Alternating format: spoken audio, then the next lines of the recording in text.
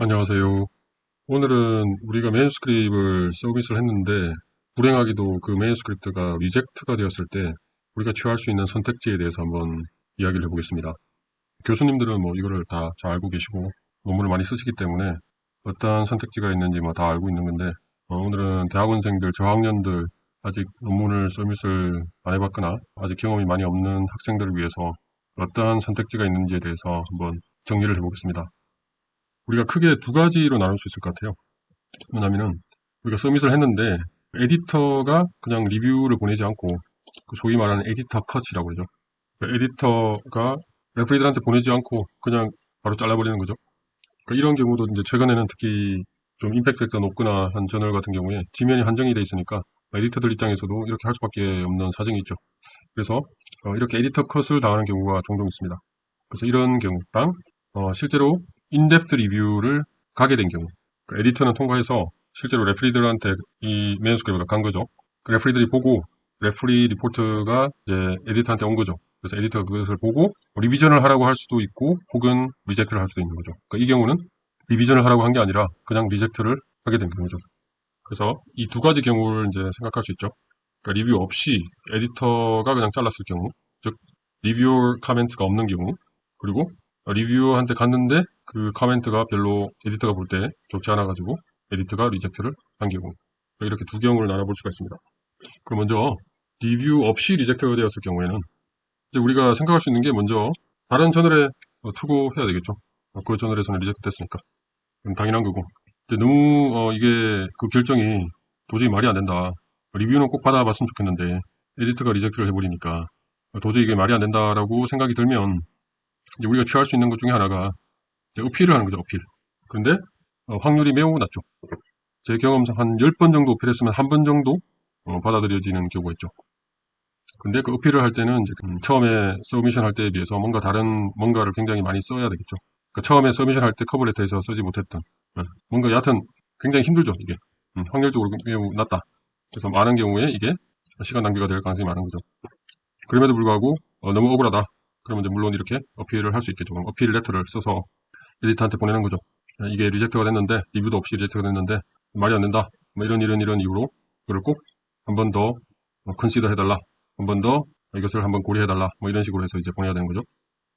그 다음에 이제 선택지로 생각할 수 있는 게 이제 다른 저널에 보내는데 그냥 그대로 보내는 게 아니라 아예 매뉴스크립트 새로 작성하는 거죠. 그 새로 작성한다는 얘기는 이제 이게 여기서 바로 리젝트 될 정도니까 뭔가 데이터를 더 합친다든지 그래서 스코프를 좀 더 늘린다든지 혹은 이 저널에 이제 보내기 위해서 우리가 데이터를 많이 무리하게 합쳤었는데 그 어차피 리젝트 된 마당에 이 많은 내용을 하나의 논문으로 적기에 부적합하다면 그 논문을 이제 쪼개는 거죠. 두 개로, 세 개로 이렇게 쪼개서 새로 논문을 작성해야 되겠죠. 그 경우에는.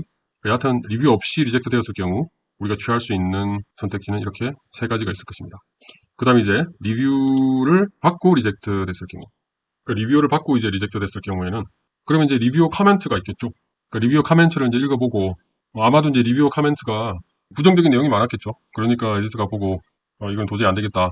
리비전을 해도 아마 통과를 하기 힘들겠다. 리비전을 해도 리뷰어들이 레프리들이 만족하기 힘들겠다라는 판단이 서면 그러면 바로 리젝트를 하겠죠. 리비전의 기회를 주지 않고 혹은 뭐 리비전을 해서 보냈는데 그 리비전을 보고 리뷰어가 레프리가 만족하지 못해서 리젝트다. 그렇게 해서 리젝트 되는 경우도 있죠. 그러니까 가장 억울한 경우 중에 하나죠. 시간은 시간대로 다 썼는데 최종적으로 리젝트 되는 경우 리비전까지 했는데 같은 리뷰어 카멘트가 좋지 않아서 리젝트 되었을 경우 그럼 우리가 어떻게 해야 되나? 그러니까 이런 경우에 이제 물론 이 경우는 어필을 좀 더 심각하게 고려를 해볼 필요가 있겠죠. 왜냐하면 우리가 시간도 많이 썼고 특히 리비전까지 했는데 이랬다면 그죠? 하지만 불행하게도 이 경우에도 역시 확률은 매우 낮다는 거죠. 그래서 어차피 어필은 안 되고 레프리가 근데 완전히 실수를 해서 레프리 코멘트를 보니까 완전히 레프리가 말도 안 되는 얘기를 실수를 해서 했다든지 하면 그거를 꼬투리 삼아가지고 혹은 데이터를 완벽하게 다시 더 보강한다든지 해서 다시 어필보다는 다시 리서밋을 해볼 수는 있겠죠. 하지만 여전히 확률은 낮다.